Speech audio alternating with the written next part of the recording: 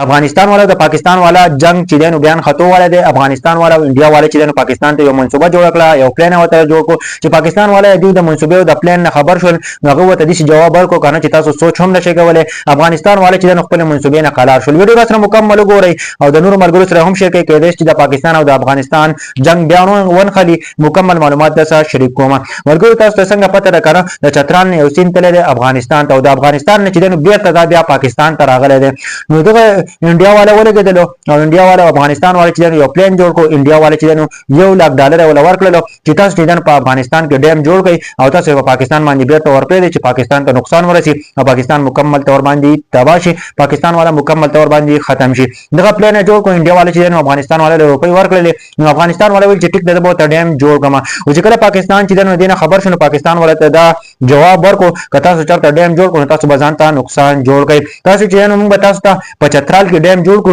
او یا به د غوبه چې دی نو دا موږ پنځکوړې ته سین ته راواړو او یا چې د سوات د سین ته راواړو د سوات ریور ته راواړو او تاسو چې د سی پاتې شي نو چې هغه کله دا سوچ وکړو کنه هغه انډیا والا افغانستان والا کچرته دا موږ باندې باندې کې پاکستان نو موږ ته ډېر غټ نقصان ورسي هغه د خپل خبرې نه ډېر ځکه چې نو شاته شول او ویل چې موږ دا کار نشو کولای هغه ځکه چې انډیا والا چې په خپل منصوبه کې چې هغه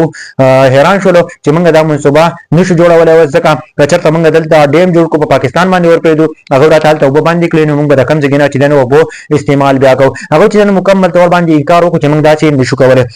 ملګرو څنګه چې تاسو ته پته ده د پاکستان او افغانستان چې کوم حالات نو ډیر زیات خراب دي او بارډر چې اوس هم بند دي او بل طرف ته چې انډیا والا لګي او دا کوشش کوي چې افغانستان او پاکستان والا چې یو په جنگ باندې ورولي او دوی چې د یو بل سره جنگ وکړي یو بل ته ډیر غټ نقصان ورسي انډیا والا چې نو خامخا په افغانستان کې ګوتی وای د افغانستان والا چې د پاکستان سره جنگ وکړي او موږ د پاکستان نه خپل بدله واخلو څنګه چې تاسو ته پته ده انډیا او د پاکستان چې کوم جنگ شو داغه نه پس چې د انډیا ډیر زیات غوسه پاکستان ته د پاکستان موږ په کومه طریقه باندې بدلا اخلو نو چې د افغانستان سره دغه معاهده کړل نو دغه معاهده نه پس چې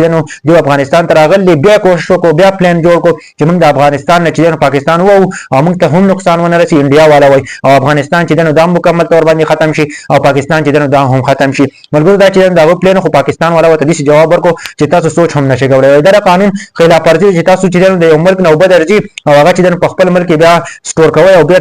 دغه ملک ناراضي او تاسو په هغه ملک باندې راپړی دی نو هغه ملک والا بلګي کنه اوس پاکستان کې 75 کې چې کوم وبري د پاکستان تر واړی نو افغانستان چې کوم دریای کابل چې نو دا مکمل تور باندې هغه ته وشي هغه ته بدا چې د وبو مشکلات ملګرو الله پاک د خیر کې چې چرته هم جنگ ونه شي په جنگ کې دوه ملکونو ته نقصانات دي او بل دا چې انډیا والا کوشش کوي چې په جنگ باندې پاکستان او افغانستان ورولي ملګرو دا چې د نوې معلومات راغلو الله پاک د خیر کې چې چرته هم جنگ ونه شي د دوه ملکونو دي دوه چې د مسلمانان ملکونه دي پښتانه ملکونه دي ټول چې د انډیا والا لګي او د افغانستان کې ګوتې و چې د افغانستان پس وجه باندې ولګي کنه چې د پاکستان سره جنگ وکي او دوی چې یو بل ختم کی او په ځای چې د هر سم ته پاتې شي موږ خپل بدلم واخلو موږ به چې نو شریک هم نشو په دې باره کې څه خبرې کوم د کمنټ ضرور وکړئ ویډیو د نور ملګرو